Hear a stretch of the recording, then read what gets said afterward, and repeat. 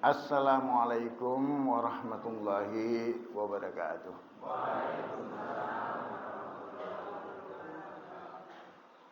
Alhamdulillahillazi hadana li hada linahtadiya ila Allah. Asyhadu an la ilaha illallah wa asyhadu anna Muhammadan abduhu wa rasuluhu la nabiyya ba'da.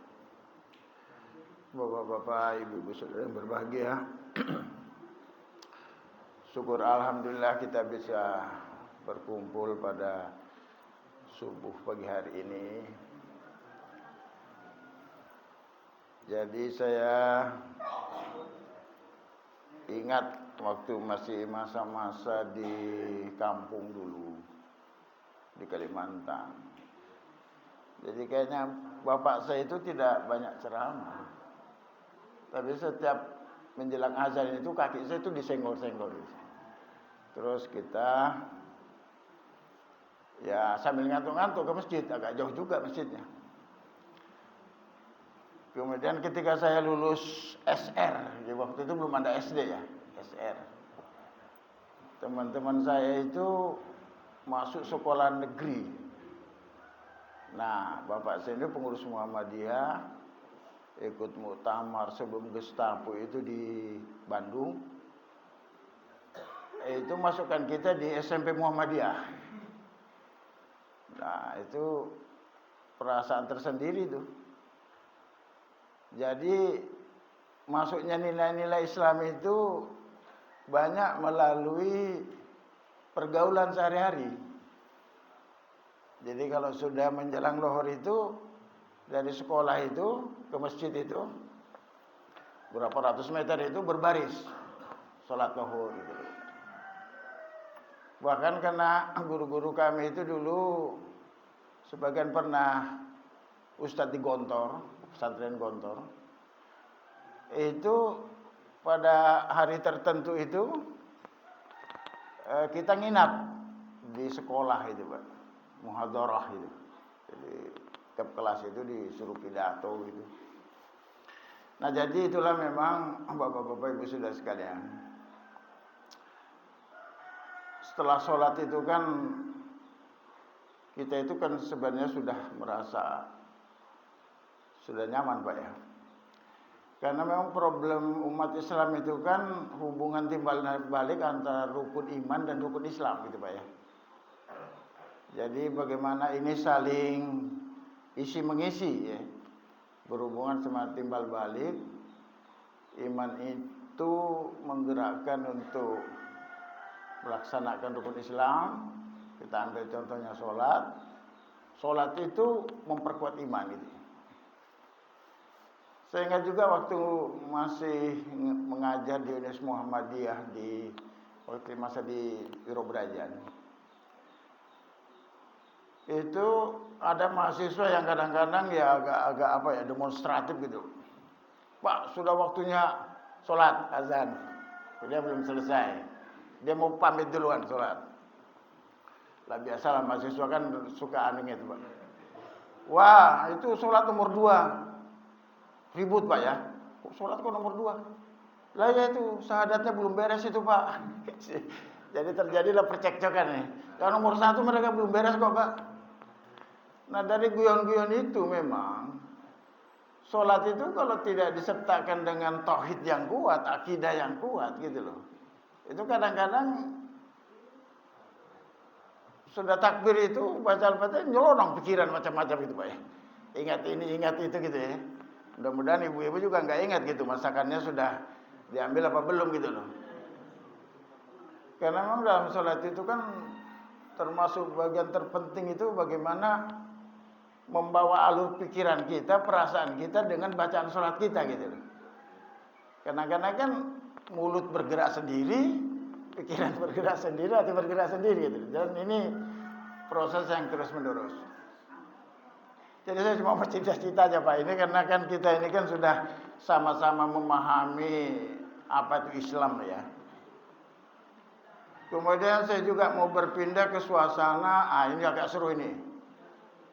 Ada pemilihan legislatif, ada pilkada. Nah, saya kenal beberapa orang caleg, kata orang ini.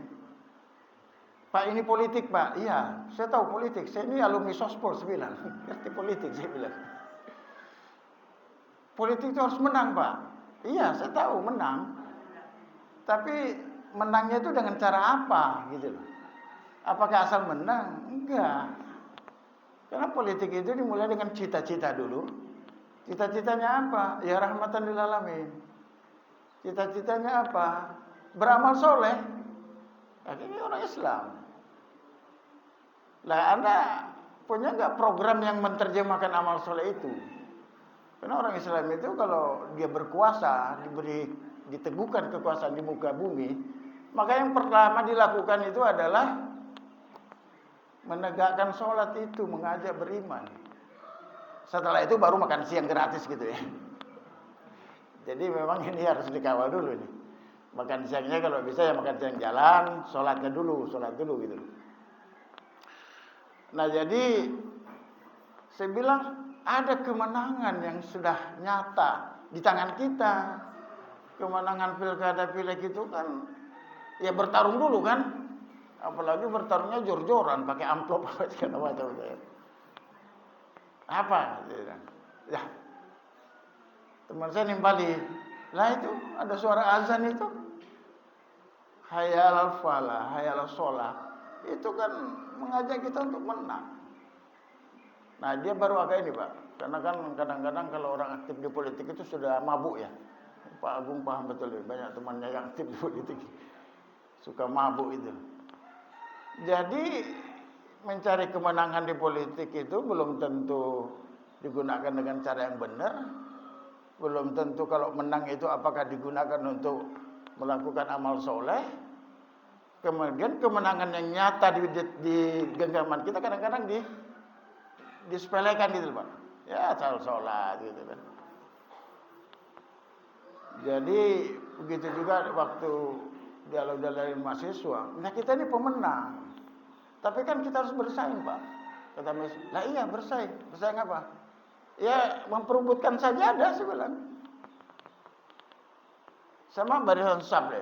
Kalau bisa sab lebih depan gitu kan. Kan hidup ini ada persaingan Pak, iya. Jadi saya waktu itu mengajarkan mata kuliah pengantar sosiologi. Jadi salah satu pokok bahasannya itu manusia itu pertama bekerja sama. Kemudian bersaing.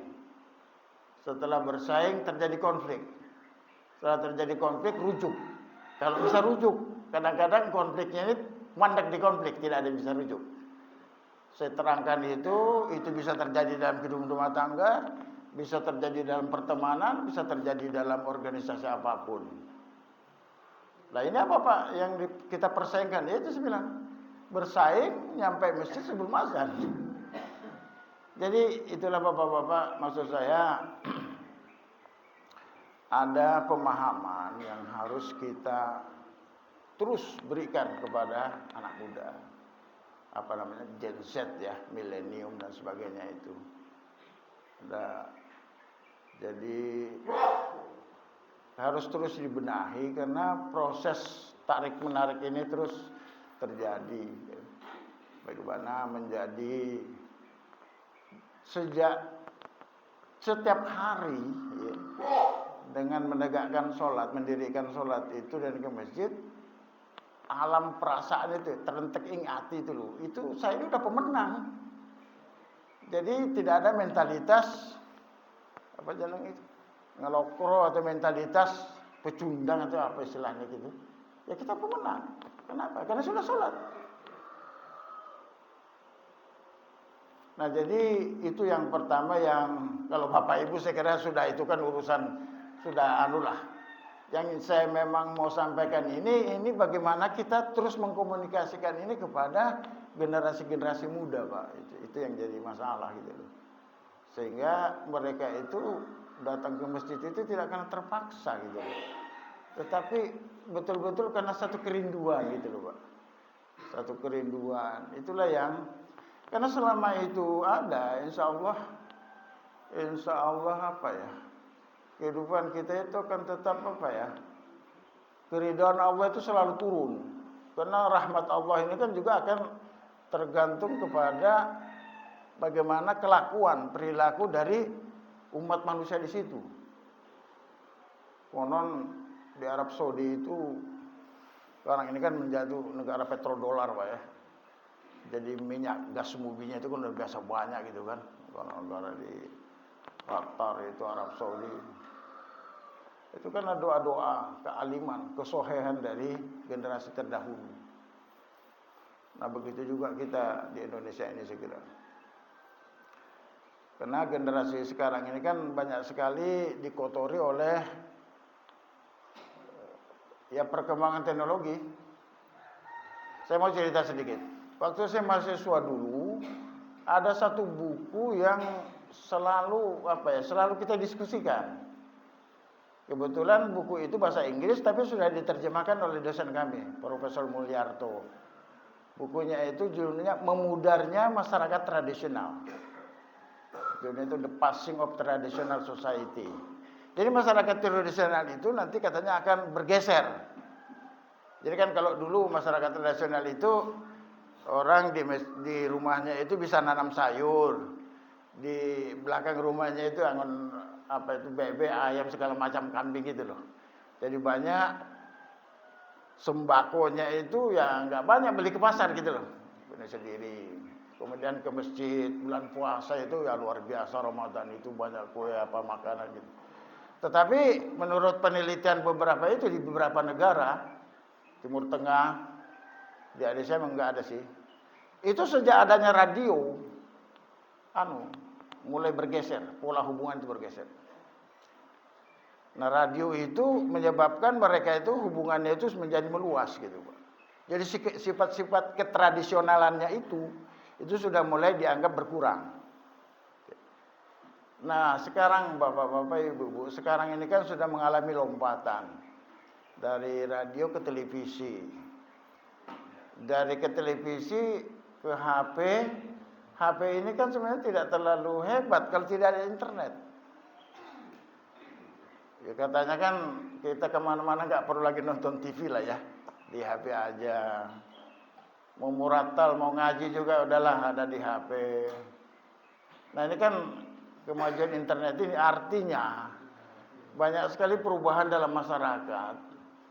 Dan ini yang paling juga berdampak kan anak-anak muda yang belum memiliki terbangun karakternya gitu loh. Jadi kalau kita lihat buka Al-Baqarah misalnya, auzubillahi minasyaitonir rajim. Alif lam mim zalikal kitabu la raiba fihi hudal lil muttaqin allazina yu'minuna bil ghaibi wa yuqimunas salata wa mimma razaqnahum yunfiqun. Al-ayat dan seterusnya. Tantangannya apakah anak-anak muda kita itu melihat Al-Quran itu la raiba fihi, tidak ada keraguan di dalamnya. Tentu kan pertama kali bagaimana Al-Quran itu dibaca.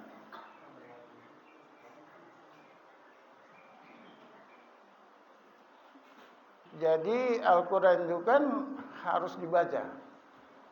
Yatlunal kitab. Jadi untuk beriman itu kan harus ada proses baca Al-Quran yang terus menerus. Nah ini pertanyaan. Baca Quran itu bersaing dengan kesibukan-kesibukan ini. Ya, saya lebih banyak ingin bicara kita memikirkan dan melakukan sesuatu. Barangkali untuk anak muda itu nggak begitu cocok ya dengan acara kayak gini ya. Salah seorang berceramah ke sana kemari, yang lain duduk mendengarkan. Dia barangkali pengennya itu apa masalah kamu? Diajak ngomong dan sebagainya. Jadi memang kan harus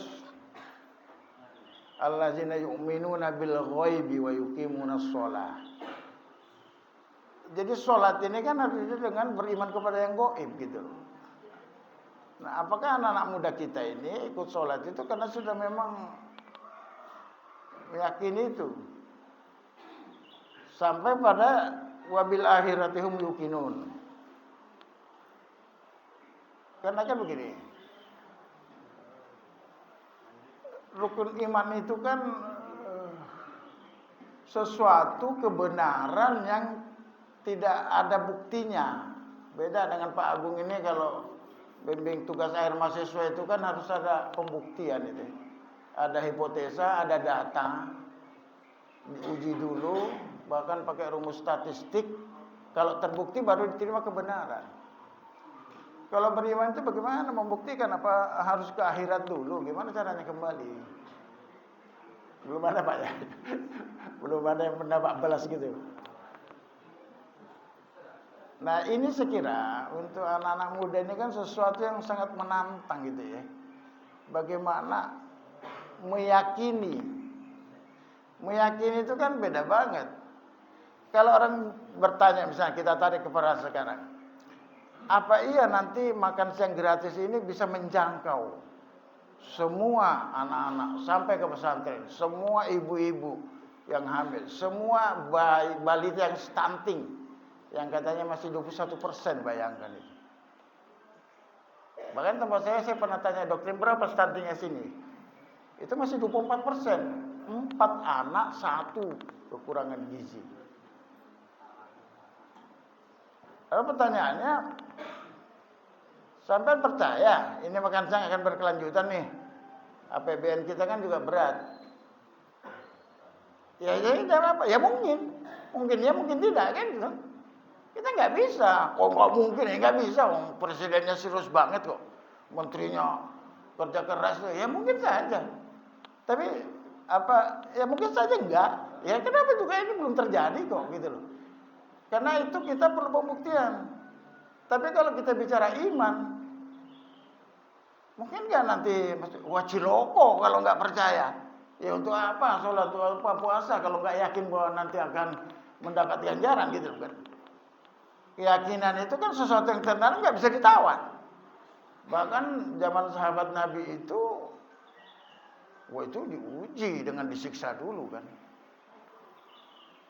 Nah jadi ini saya kadang-kadang apa ya Pak ya, mengamati anak-anak muda itu ya, karena saya dulu dasarnya itu ya pernah jadi guru lah ya, jadi dosen. Sebelum zaman mahasiswa itu kita juga saling apa ya, kegiatan latihan, saling ingatkan gitu. Itu merasakan banyak sekali perubahan Pak. Saya sampai Jogja ini dari Kalimantan tahun 1968.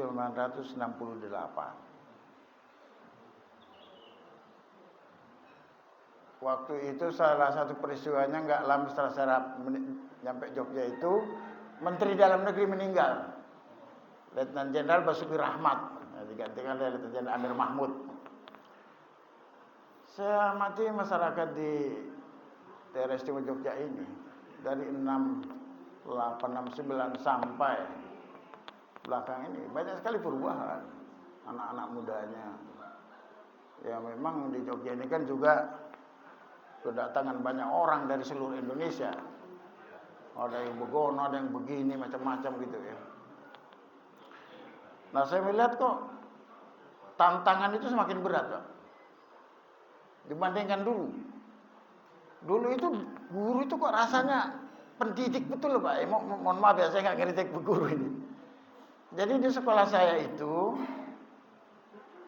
ya ada anak Sumatera gitu, bilang itu Sumatera gitu, ada anak Sulawesi. Itu kalau ada ibu-ibu lewat gitu agak apa gitu suka digoda itu anak SMA, STM. Waktu saya dulu STM Pak kelas 1, baru SMA. Nah, guru itu memanggil kita, termasuk saya tidak rasa, kan kamu dari Kalimantan, iya Bu, bisa ngaji kan? Bisa Bu, masa kamu kok nakal begitu gini. Jadi caranya ngerem kita itu langsung menonjok hati kita gitu loh. Jadi nggak ada pertengkaran antara murid dan guru, tapi langsung efektif gitu Pak. Nah saya kira kita juga memerlukan cara-cara pendidikan semacam itu. Jadi Bapak-Bapak Ibu sekalian, itu tantangan kita, tetapi juga saya melihat ada berkah luar biasa. Di Indonesia ini surganya untuk mencari tempat sholat gitu Pak ya. Ini Muhammad saya bukan untuk maksud apa-apa, tapi sekedar apa ya, sekedar pengen ngasih oleh-oleh cerita gitu Pak ya. Cerita. untuk menunjukkan bahwa Indonesia ini memang sholat itu enak sekali gitu. Kita kalau dari Jogja ke Jakarta atau ke Surabaya, mampir di rest area, itu kan tempat sholatnya bagus sekali itu. Saya minggu terakhir diajak saudara dari Jakarta ke, itu masjidnya bagus-bagus gitu, Pak. Kemudian masjid lagi, ya Allah. Nah, saya sekedar perbandingan, Pak. Ada anak saya tinggal di luar negeri, saya dikirimin tiket lah sama ibunya ini, istri saya. Ya mau berangkat lah, udah lama dulu nggak pernah kita jenguk gitu, sudah punya anak di sana, kadang-kadang pulang, kadang-kadang enggak. Nah, di negara itu ada negara susah sekali cari tempat sholat. Kita harus naik kereta dulu, harus apa dulu, misalnya naik, kita harus ada yang ngantar gitu, Pak. Itu di Jepang, di Osaka. Kemudian belum lama ini saya juga ke negara yang penduduknya rame-rame jumlahnya dengan kita, di India. India itu hampir sama dengan kita ya, cuma penduduk sana. Tapi nggak kelihatan. Karena total penduduknya 1,4 miliar tenggelam. Saya berapa kali cari masjid itu ada sih. Tapi masjid kecil-kecil kayak gini, ruko gitu loh, Pak. Ya ada tempat yang besar gitu ya.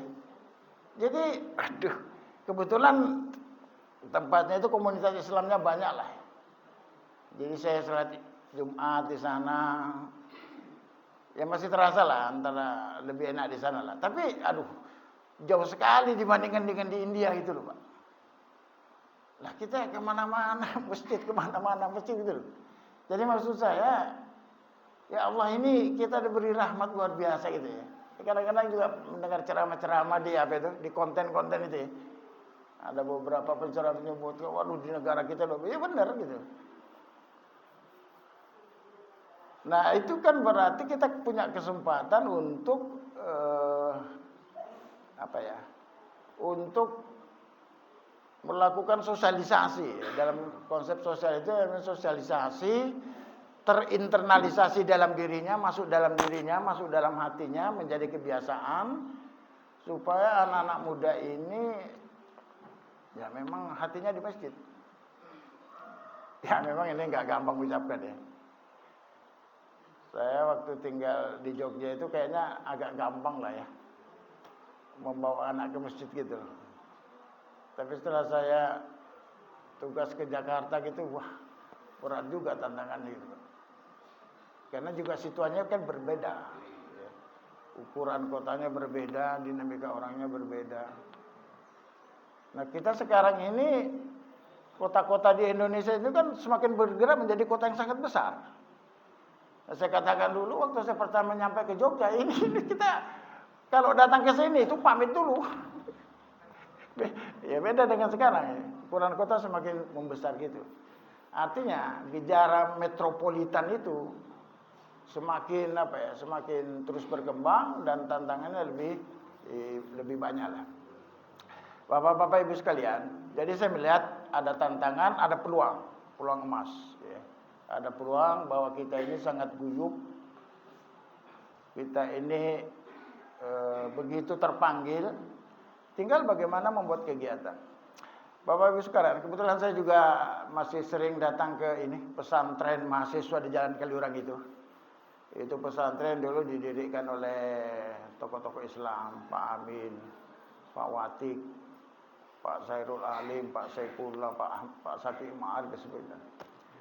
Santrinya itu mahasiswa semua. Sekarang dipimpin kiainya itu Kiai Fatur Rahman Gamal, Ketua Majelis Tabligh PP Muhammadiyah. Nah, salah satu yang dibicarakan di sana itu adalah bagaimana masjid itu menjadi masjid itu menjadi menggerakkan pemberdayaan masyarakat gitu. Pemberdayaan masyarakat itu untuk gampangnya saya kira yang sering dibicarakan yang Joko Karyan ya, Joko Karyan Jasir itu. Saya pernah ngomong sama Ustaz Jasir, Ustaz sampai di mana nih masjidnya? Karena waktu saya di Kalimantan itu saya banyak ditanya. Itu gimana Masjid Jogokarian? Waduh, berapa tahun saya belum pernah ke Jogokarian itu Pak. Begitu saya datang, sampai ke Jogja lagi saya tanya Pak. Nah Ustadz Jasirnya cerita begini-begini. Lalu dia bilang, lah kan Bang Zul itu kan dulu kita dapat ilmunya ini di pesantren Budi Mulia itu. Jadi begini Pak, di pesantren Budi Mulia itu dulu ada namanya laboratorium dakwah, Labda. Nah, ini agak aneh.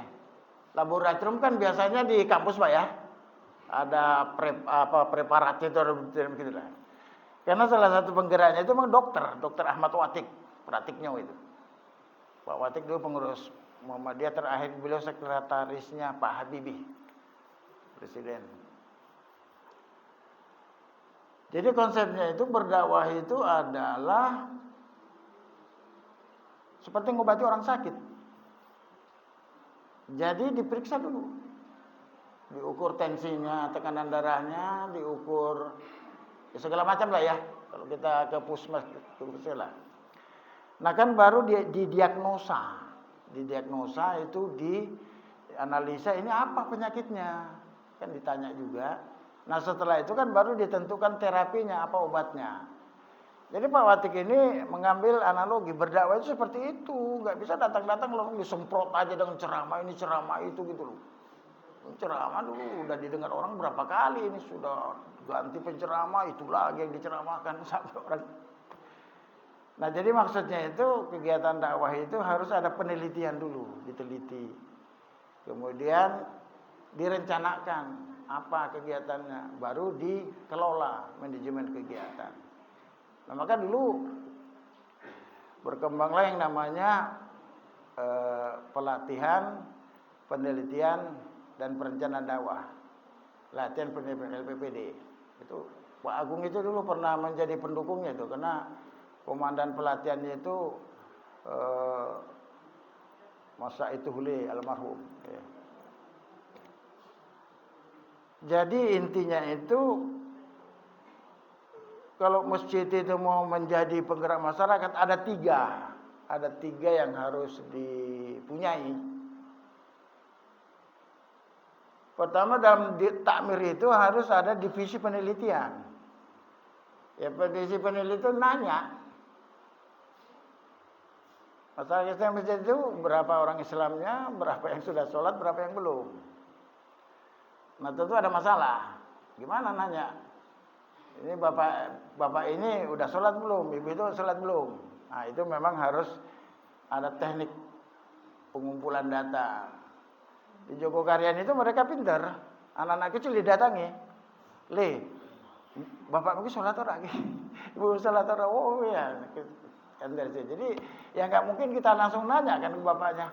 Pak nyun sewu Pak, bapak sholat buat ada Pak. Tapi data itu harus ada berapa. Nah yang sudah sholat itu diajak berkegiatan. Yang bisa ngaji itu diminta jadi guru ngaji lah. Yang bisa apa gitu ikut apa gitu loh. Jadi jamaah itu didaya gunakan. Jadi diteliti berapa sudah sholat, berapa bisa ngaji, berapa bisa ini, berapa bisa itu gitu. Nah maka dengan begitu dibuat perencanaan apa yang akan kita lakukan. Ceramah oke, ceramah. Ceramah tentang apa? Jangan ceramah terus berulang-ulang terus gitu loh. Ceramah tentang apa? Dihubungkan dengan tantangan-tantangan sekarang. Tantangan sekarang apa? Apa Bu tantangan sekarang? Sembako naik apa enggak? Anaknya sudah dapat masakan siang gratis belum? Jadi ceramah itu harus ada konteksnya, ada hubungannya dengan situasi yang dihadapi. Nah jadi Bapak-Bapak sekalian, saya sekedar untuk saja mengajak kita menyegarkan kembali bahwa kita memiliki tugas bersama. Tugas bersama untuk gendong gitu ya, anak muda supaya dia bisa berjalan sendiri datang ke masjid, kira-kira gitu aja lah. Terus terang kalau di kampung saya dulu di Kalimantan itu kurang bisa ngomong, Pak. Anak yang ketahuan nggak sholat itu langsung ditempeleng aja gitu loh. Tapi ajaib Bu, habis itu nurut gitu. Itu pada saat itu. Tapi generasi itu masih generasi di bawah saya dikit lah. Tapi generasi ponakan saya tempeleng melawan. Jadi cara itu juga ada pada zamannya gitu ya. Ya, tidak selalu cara yang dipakai bapak kita itu cocok kita teruskan. Atau cara yang dipakai dari orang sana ya cocok di sini. Jadi harus kita cari. Harus diajak ngomong-ngomong, cari dan sebagainya. Kemudian Bapak-bapak Ibu sekalian, ini sampai jam berapa ini, Pak? Saya membawa sedikit catatan. Saya tanya tadi Pak Agung, ini pengajian Muhammadiyah ya, Muhammadiyah umat Islam lah, Muhammadiyah umat Islam lah. Saya mau lihatkan sedikit Pak. Ini ada himpunan keputusan tarjih. Jadi setelah kita bicara sholat, ya, kemudian kita mempersiapkan diri untuk Ramadan ya. Ya itu tadi rukun iman dan rukun Islam ini terus kita jadikan modal ya. Kalaupun kita itu rebutan, yang diperebutkan itu sajadah ya. Kemudian kita juga melihat masyarakat sekitar kita, bahkan masyarakat yang di luar. Kita ini kan bersaudara, Pak. Orang Aceh itu saudara kita. Orang Sulawesi itu kan saudara kita. Nah, nyatanya ketika mereka datang ke Jogja kan juga dididik dengan baik, Pak. Itu yang namanya SGPC dulu, Pak, di UGM itu. Itu banyak anak luar Jawa itu, luar Jogja. Itu makan itu kadang-kadang makan tempe 5 bilangnya cuma 2. Tapi dia juga Pak. Jeleknya itu kena kepepet gitu loh. Ya gimana WSL-nya belum datang kok. Lapar-lapar mana bisa kuliah. Setelah ada jadi orang, kalau dulu kan baru separuh orang, Pak. Setelah jadi orang datang lagi ke sana, bawa duit segebok. Saya pernah sedih lihat senior saya, namanya Herman Siregar, saya masih ingat banget itu. Kita diajak, yuk makan. Habis itu udah bawa lah, Bang, kok banyak sekali bayarnya? Udahlah, diamlah kau. Bu, mohon maaf Bu, saya dulu ini Bu, jadi saya minta maaf. Woi, tebal Pak. Waktu dia sudah jadi pegawai di Departemen Dalam Negeri. Yang maksudkan itu persaudaraan itu ada. Jadi saya lihat itu ibu-ibu itu ya, yang buka warung itu melihat anak dari luar Jogja ini, terutama yang dari Sumatera, dari Papua, dari Sulawesi itu kayak anaknya sendiri. Jadi dia itu nggak dagang gitu. Kalau dia itu nggak jualan nasi sebenarnya. Membantu anak-anak itu dalam menuntut ilmu. Karena juga paham, ilmu itu penting sekali untuk masa depan, gitu Pak. Nah mudah-mudahan di Jogja masih gitu Pak ya, masih ada warung yang bisa ngutang. Nanti saya kasih tahu mahasiswanya Pak Agung nanti. Tapi sekarang juga anak muda itu kan, kalau kita dulu nunggu kiriman wesel itu kan lama. Sudah wesel itu kan tanda tangan lagi dulu ya. Tanda tangan RTW, tanda apa gitu loh. Sekarang kan pencet langsung di depan ATM, Pak. Saya ingin menyampaikan putusan Tarjih Muhammadiyah ini bagi bapak-bapak yang tidak begitu akrab dengan ini, ya sekedar anulah. Jadi ada putusan Tarjih itu yang membicarakan etika politik dan etika bisnis. Etika politik, jadi begini loh. Kita kan tidak hanya membicarakan rukun iman dan rukun Islam tadi. Lah kalau kita sholat kan air wudhunya kan harus bersih Pak. Ya kalau di sini masih gampang lah. Sumur itu kan masih bersih Pak ya, berapa meter? Ya kalau di Jakarta itu pakai pipa. Pipanya itu bocor Pak. Jadi air rembesan tanah itu masuk ke pipa gitu loh Pak. Maka dimintalah perusahaan dari Inggris itu, Paluja itu untuk menangani itu gitu loh. Itu kan juga agak memalukan juga lah. Tapi lama-lama kan pejabat kita nggak tahu malu juga kadang-kadang. Yang penting bisa melayani rakyat gitu. Nah maka di sini maksud saya begini.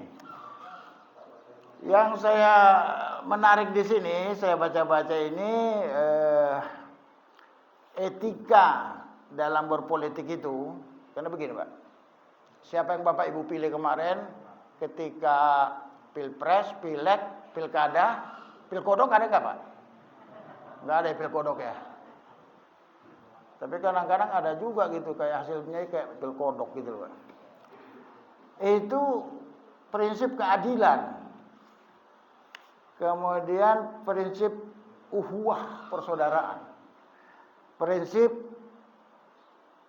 persamaan.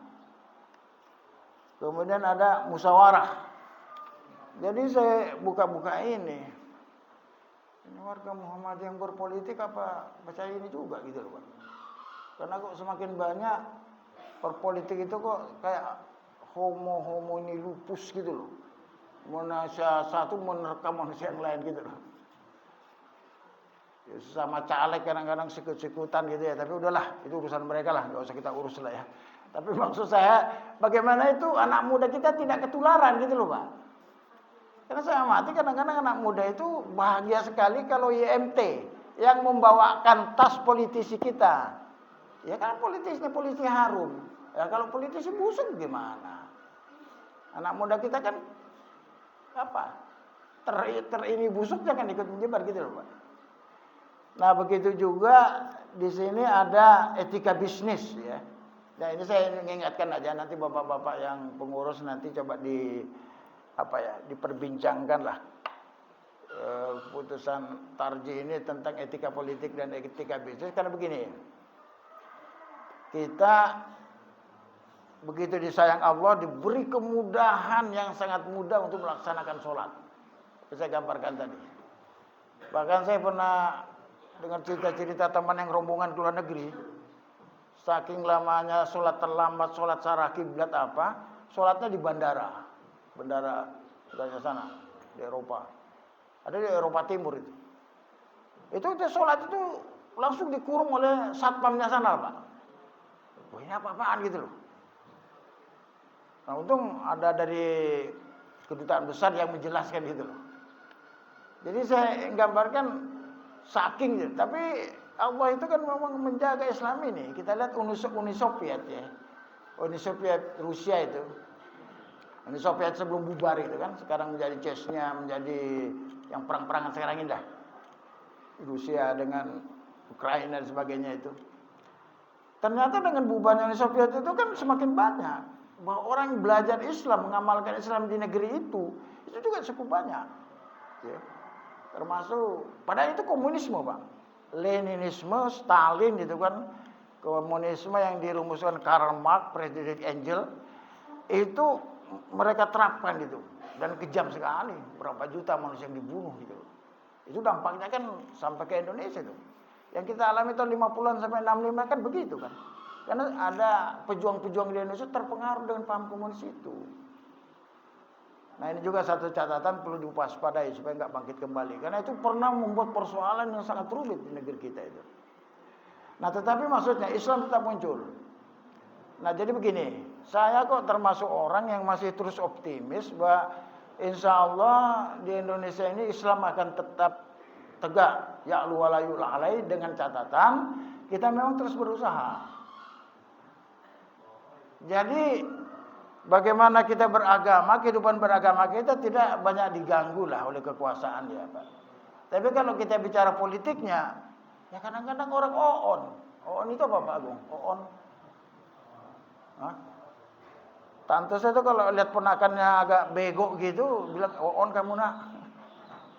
Kadang-kadang ada yang terpilih orang yang oon gitu loh Pak ya. Ya kalau si Gerung itu, Rocky Gerung bilangnya dungu gitu loh. Ekonomi kita, Pak kan sering kita lihat itu, sekian ada 10 orang terkaya di Indonesia. Hartanya itu kan ratusan triliun.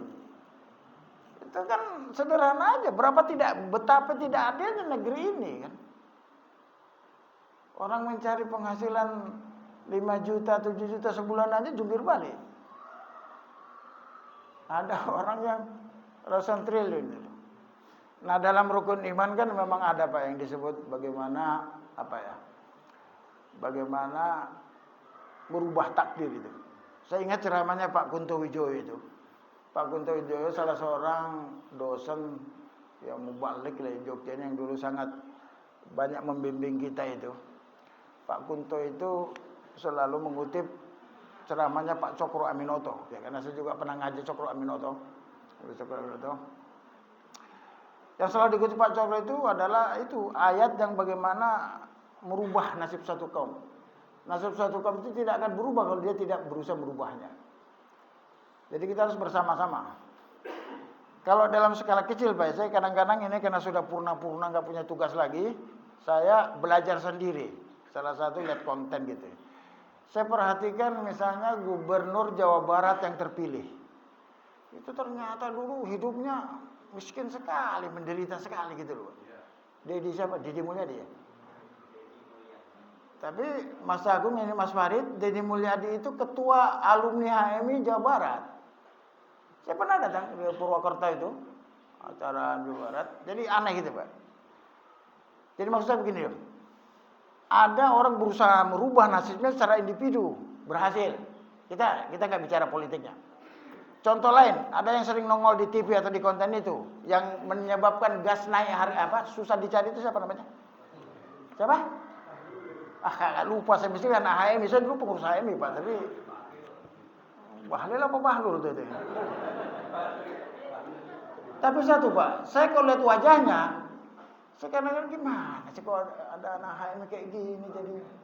Tapi yang saya ingat itu adalah ikan. Apa hubungan Bahlil dengan ikan?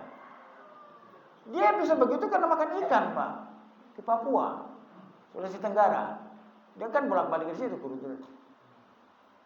Jadi saya ambil hikmahnya, Bapak-bapak, salah satu alat untuk berubah nasib, ibu-ibu, ajarilah anak-anak untuk makan ikan. Karena saya ini pemakan ikan, Bu. Kalau ada ikan tongkol, ikan bandeng apa itu udah nggak aman itu di rumah itu. Ya, untuk istri saya juga jago masak itu. Kemudian ada lagi Menteri Pertanian. Siapa namanya? Amran Sulaiman. Kurang sedikit ada Andinya. Dia itu orang Sulawesi. Andi itu kok sini Raden. Bangsawan. Bangsanya yang sing ini awan gitu Pak. Sulawesi Selatan. Bagian yang di Sulawesi sana. Dia itu juga miskinnya nggak keturunan. Hartanya sekarang 1,1 triliun. Apa? Modalnya jualan obat tikus. Dia mulai menanjak kayak itu jualan obat tikus. Tugasnya dulu PPL, petugas penyuluh lapangan, PPL pertanian itu. Jadi maksud saya dalam skala skala individual itu banyak contoh-contoh bagaimana orang merubah nasib. Tentu saja bukan maksud saya itu kita tidak kagum dengan kedudukan politiknya ya. Bukan itu maksud saya, tapi dari orang yang tidak punya apa-apa, tidak punya bisa berubah. Nah, sekarang bagaimana itu diapakan kembali ya? Kepada anak-anak muda itu gini loh, Pak. Banyak mahasiswa dari Jogja ini manja. Banyak yang juga gagal. Kenapa? Karena ibunya, bapaknya nggak tega. Ibunya memanjakan. Minta kiriman sekian. Itu di depan mata saya, Pak. Ikuti. Saya bicara ini fakta. Fakta yang saya lihat gitu ya. Belum saya laporkan sampai penelitian. Tapi jadi salah satu jurus untuk itu bagaimana memang harus diberi tantangan yang terbatas gitu. Jadi itulah Bapak-Bapak sekalian, saya cuma bicara ngalor ngidul bagaimana kita memiliki tugas bersama untuk mensemangatkan anak muda tetap menjadi orang yang beragama, orang yang terus basis kegiatannya itu bolak-balik antara rukun iman dengan rukun Islam ini sebagai pondasinya untuk melahirkan amal soleh. Demikian Bapak Ibu, apa masih ada waktu sedikit ya? Apa ada yang mau disampaikan persoalan? Kalau ibu-ibu bagaimana mengatasi ekonomi ya itu nanti musyawarah aja. Karena memang problem begitu juga generasi muda yang sudah lulus kuliah itu bagaimana mencari pekerjaan. Itu juga masalah yang sangat rumit. Ekonomi kita dikuasai oleh ekonomi riba. Politik kita juga dikuasai oleh politik yang mulai meriba. Riba itu kalau saya pahami dari Pak Sapruddin Prawiranegara, itu modal itu berputar-putar di antara mereka. Maka keuntungannya juga di mereka saja. Ya lihat aja. Yang jadi caleg itu yang terpilih siapa? Anaknya, bapaknya dulu sudah pejabat di sini. Riba itulah yang sangat berbahaya ditentang dalam Al-Quran. Tinggal satu. Jadi ada riba ekonomi. Riba ekonomi itu nanti diperkuat oleh adanya riba kekuasaan. Yang paling siloko kalau terjadi riba ilmu pengetahuan. Itu yang terjadi zaman Belanda dulu. Ilmu pengetahuan itu hanya dikuasai oleh segelintir orang. Nah untungnya kita, pendidikan kita masih agak bisa dimasuki semua lapisan ya. Meskipun UKT-nya itu juga sekarang agak mahal gitu ya. Nah mudah-mudahan ke depan ini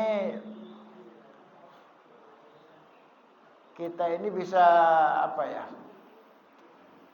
Saya ada lagi satu catatan, Bang. Ada dulu yang disebut deklarasi Juanda. Deklarasi Juanda itu kita ini kan dipisah oleh laut, Pak ya.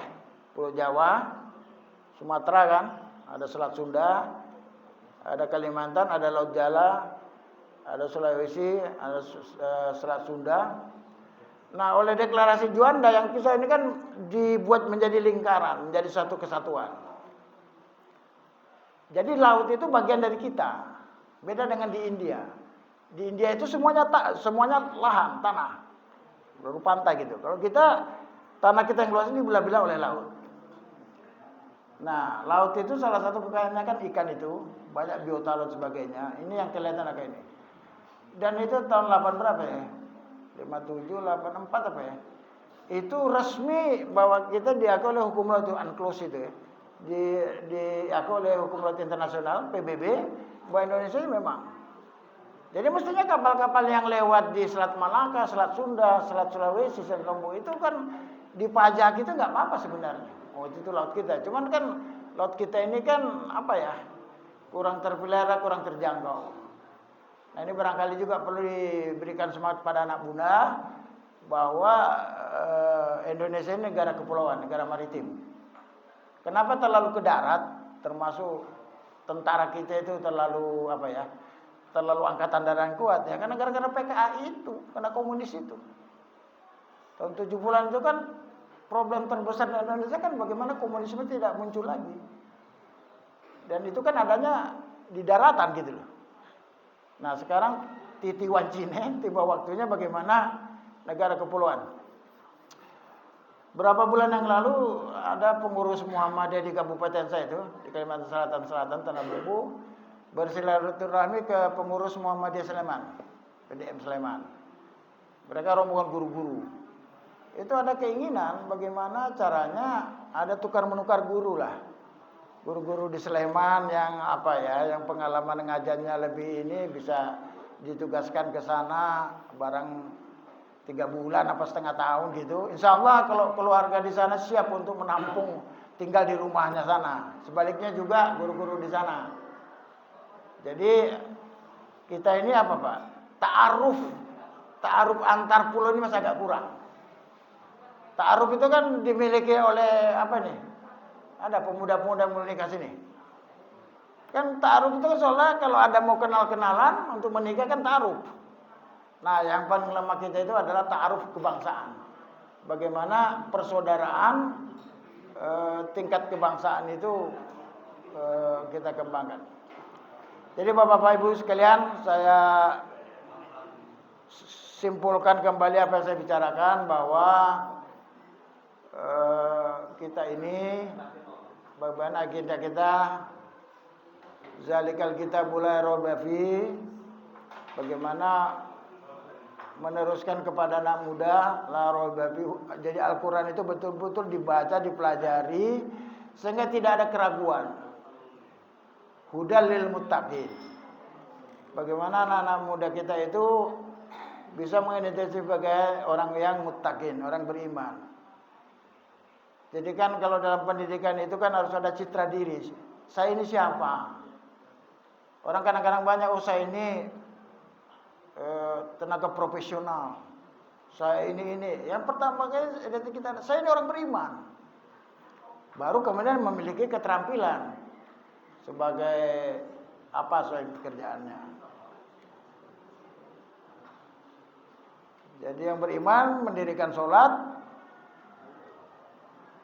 mengeluarkan mimma razaqnahum, mengeluarkan sebagian dari rezekinya. Jadi sholat itu harus ada outputnya. Jadi kalau sholat saja tidak mengeluarkan sebagian rezekinya, itu berarti sholatnya belum berlanjut. Wabil akhirati hum yuqinun, semua kelakuan kita itu dipertanggungjawabkan. Saya nggak tahu di sini. Takmir masjid itu kalau pergantian ada laporan nggak Pak ya? Ada ya. Jadi organisasi itu kan mengajar kita laporan. Nanti dalam Muktamar Muhammad itu Pak Haidar Nasir itu nanti akan memberi laporan pertanggungjawaban di dunia. Kita secara individu semua masing-masing ciptaan Allah itu juga harus membuat laporan pertanggungjawaban. Tapi pertanggungjawaban kita sudah ada rekamannya, sudah ada diperlihatkan rekamannya. Apakah diberikan dari sebelah kanan atau sebelah kiri? Jadi saya kira itu bagaimana kita tetap menjadi wabillahi yuqinun, kita tetap yakin akan adanya hari akhir. Sebenarnya kalau yakin dengan yaumul akhir itu Pak, yang namanya anggota DPR tentu tidak korupsi lagi. Kan ditanya, dari mana hartamu? Dari nyolong uang negara, ya nggak mungkin. Maka dari itu mestinya dari awal dia mencegah. Loh nanti ditanya kok, dari mana hartamu? Begitu juga pejabat-pejabat. Jadi tanda-tandanya betul-betul meyakini wabil akhir yuqinun itu, betul-betul meyakini ada yaumul akhir, ada pertanggungjawaban, maka kelakuannya. Ini kan kadang-kadang masih ada anggota dewan yang sholat, umroh, haji, ikut rapat, gimana? Lu setuju nggak? Setuju deh. Ya udah, dapat lagi dia 100 miliar itu loh. Nah itu kan sebenarnya kita harus berani mengatakan bahwa Anda belum yakin dengan akhirat dong. Ini kan wal asri Pak ya. Saya banyak bergaul dengan anggota dewan. Saya kadang kita juga salah. Kenapa kita itu terlalu lembek menghadapi mereka? Kamu ini korupsi. Mana? Lah itu mobilmu baru lagi, itu rumahmu baru lagi. Loh kok? Iya saya tahu kok. Wah, diterima dari PNS cuma sekian-sekian kok. Kamu mesti korupsi kok. Jadi saya kira gimana ya? Ini perlu latihan mungkin ya. Pak Agung perlu pimpin itu. Ada nggak anggota DPR sekilas sini? Datangi. Ini Pak. Loh kan lama-lama di akhirat nanti dia yang nanya loh. Tetangga saya nggak ingatkan saya Pak Malaikat. Lah kamu korupsi? Iya ya saya korupsi. Lo korupsi apa? Lah tetangga saya nggak ingatkan. Jadi saya kira kita harus sadar juga Pak ya, pemerataan tanggung jawab. Jadi kalau ada pejabat kita, orang yang berkuasa itu juga korupsi, karena sekarang problem Indonesia terlalu banyak uang negara, uang rakyat dirampok oleh mereka yang berkuasa. Termasuk para penguasa-penguasa yang sekarang juga masuk sebagai pengusaha yang menjadi penguasa. Nah, jadi kita jangan tenang-tenang saja dengan segala macam itu. Harus amar ma'ruf nahi mungkar. Demikianlah Bapak-bapak Ibu sekalian, mudah-mudahan ini ada manfaatnya. Mudah-mudahan Bapak Ibu selalu dalam keadaan iman dan takwa, insya Allah termasuk orang-orang yang dipanggil oleh Allah untuk masuk ke surganya. Rabbana atina fid dunya hasanah wa fil akhirati hasanah wa qina azabannar. Rabbana rabbil izzati amma yasifun wa salamun alal mursalin walhamdulillahi rabbil alamin. Wassalamu alaikum warahmatullahi wabarakatuh.